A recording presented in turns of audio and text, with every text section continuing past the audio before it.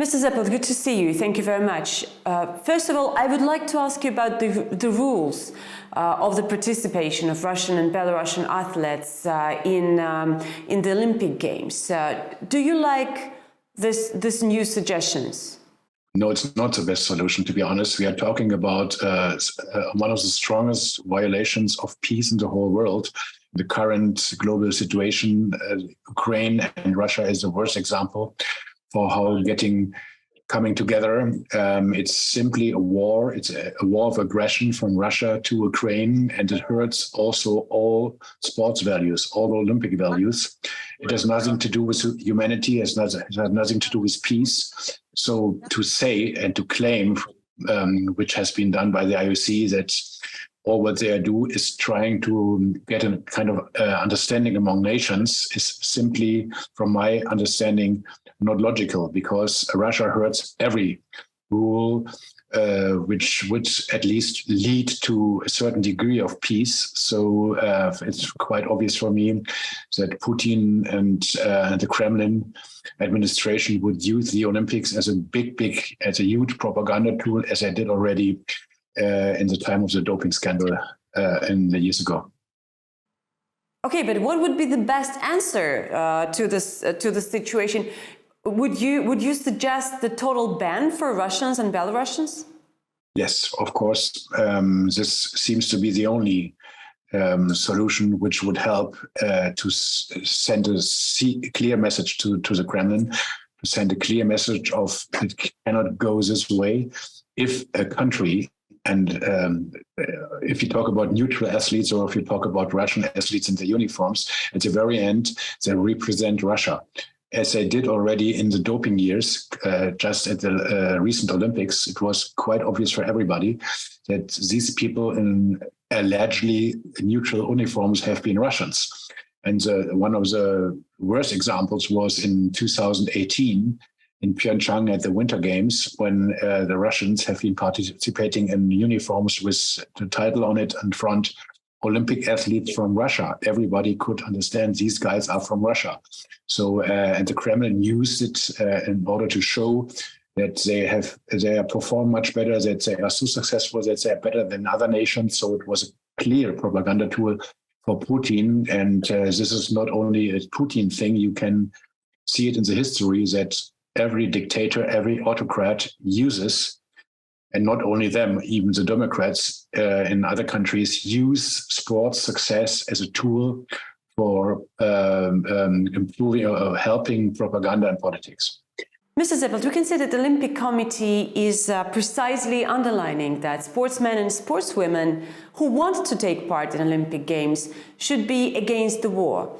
Do you think it is enough for these athletes to, make their dreams come true? Simply, this is a charade. It won't work, because everybody in Russia, and you know that it is forbidden by law, was criticizing the war, was supporting Ukraine, who has a different view on the so-called special operation in the Ukraine, has to threaten maybe to go in prison. So how should that work? It's simple, just a theory. It's practically not working. So you won't find people who will criticize Putin or the Kremlin.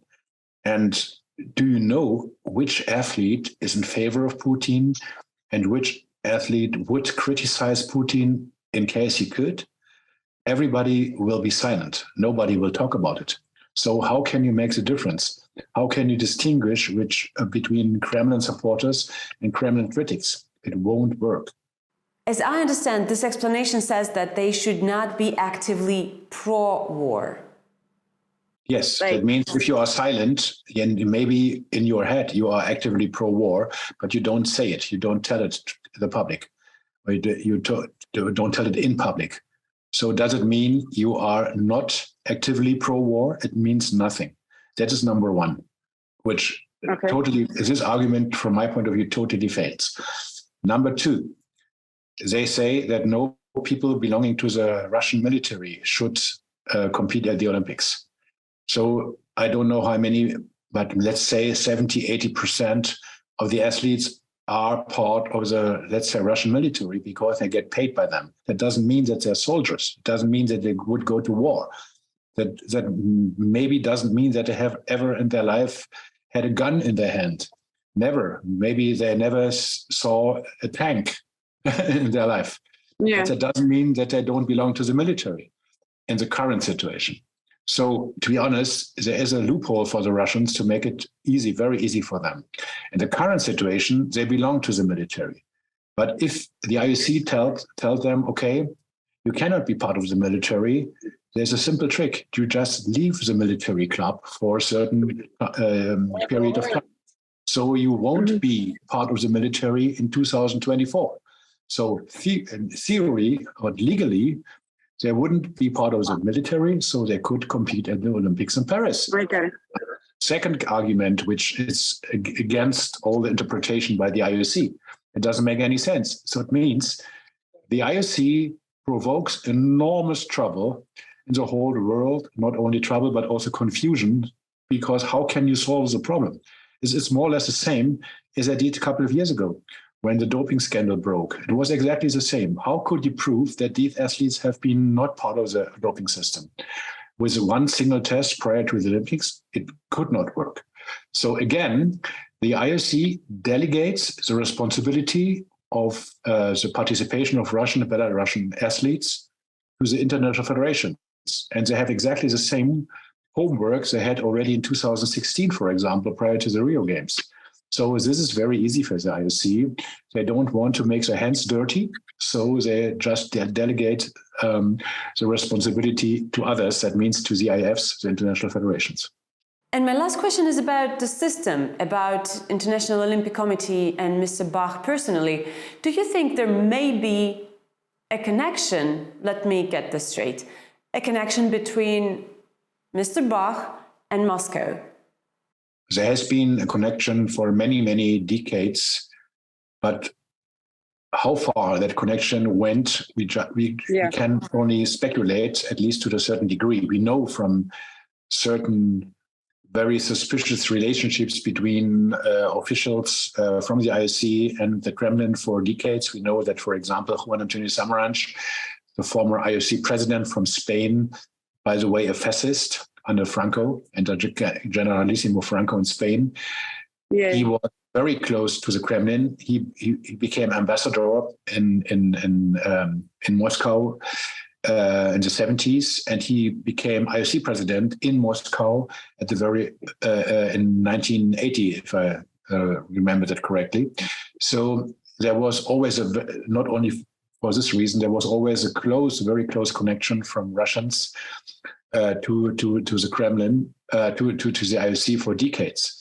We know from many international federations with a lot of Russians or Soviet Union at that time being part of the executive boards or from the leadership of federations. There was always a very close connection, and also Thomas Bach was very close, from my point of view, as I saw it, at least in the last couple of years, with Putin. You remember all the photos from Putin and him drinking champagne and celebrating parties at the Sochi Games, which at the very end showed up as a big, giant fraud sports festival with a lot of doping and covered up doping by the Russian Secret Service himself. So this is very well known in the world of sports, and the very close relationship to Putin was obvious by Thomas Bach and the IOC. And if you see nowadays, just see that, just watch it, that Mr. Bach has never so far said any critical word about the president of Russia by naming him in person. Have you ever heard that Mr. Bach said in the last couple of years that Putin is a gangster or Putin is a criminal, or it is correct that he has now a warrant from the International Criminal Court?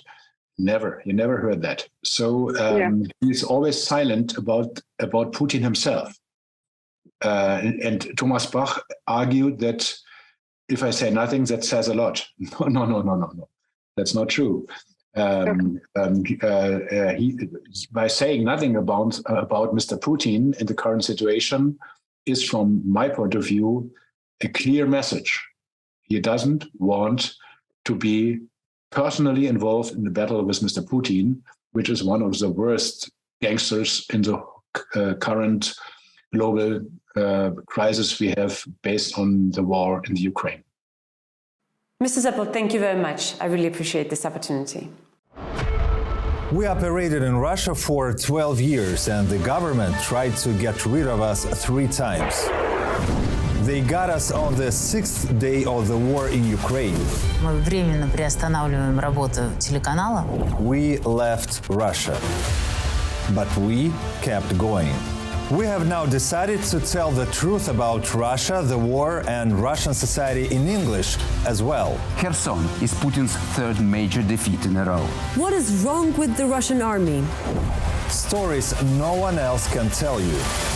Hear it right from the source. Subscribe to our channel.